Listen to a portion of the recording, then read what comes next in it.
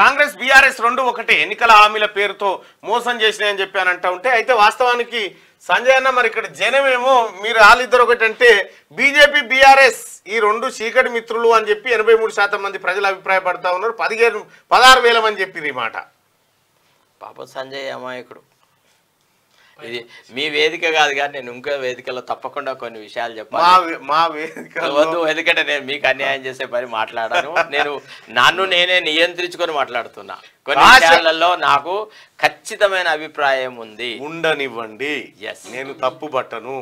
మీరు చెప్పబడి ఇప్పుడే చెప్పేస్తా. నేను తప్పు పట్టను చెప్పబడి ఇప్పుడే చెప్పేస్తా. నేనేమంటున్నా అభిప్రాయాలు నేను అందుకే రాగానే చెప్పిన ఆయన శరీరానికి కొన్ని అభిప్రాయాలు ఉంటాయి. ఆ అభిప్రాయాలను నేను గౌరవించాలి. ఇప్పుడు ఒక అంశం సార్ కొన్ని సూచనలు లేకపోతే ఒక ఆర్గ్యుమెంట్స్ ఏమో చేసింది అనుకుందాం, దానికి నేను రియాక్ట్ కావాలా వద్దా అనే దాన్ని బట్టి దానికి ఉన్నటువంటి దాని విలువ ఎంతవరకు ఉంటుంది ఇంకా అనేది పెరుగుతుంది తగ్గుతూ ఉంటుంది. ఎగ్జాక్ట్లీ నేను దాన్ని నా యాంగిల్లో స్వీకరించి వదిలిపెట్టిన తర్వాత దానికి పెద్దగా ఉండదు చర్చ.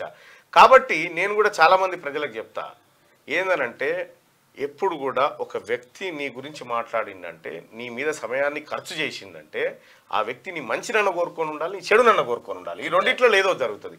నువ్వు అందులోంచి తీసుకునేదే తీసుకోవాలి, 10 మంది తీసుకోకూడదు. అదే నేను చెప్పదలుచుకున్నటువంటి అంశం. అయితే ఇప్పుడు నాకు స్వేచ్ఛ ఉందా చెప్పచ్చా? నీకు స్వేచ్ఛ అనంతమైన స్వేచ్ఛ ఇచ్చిన చెప్తాను వినండి. ఒక రాజకీయ కుట్ర జరుగుతుంది.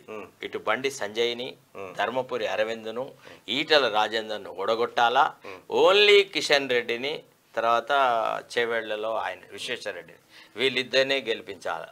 రేపటి కేంద్ర ప్రభుత్వంలో ఏర్పడే మంత్రులలో వీళ్లను ఉంచాలా అనేటువంటి ఒక పెద్ద కుట్ర తెరదీసినారు. ఎట్టి పరిస్థితుల్లో మీరు చూడండి, బండి సంజయ్ వెనుకబడతారు, ఈటల రాజేందర్ వెనుకబడతారు, ధర్మపురి అరవింద్ వెనుకబడతారు. బీసీ నాయకత్వాన్ని బీజేపీలో గ్రో కానివ్వరు. దానికి మనమే ఒక పాత్రధారులం అవుతున్నాము అనేటువంటి బాధ చాలా నా మనసులో ఎంతోగా ఉంది మల్లన. ఆ విషయాన్ని మీకు ఈరోజు చెప్పదలుచుకున్నా, చెప్పినా అదే.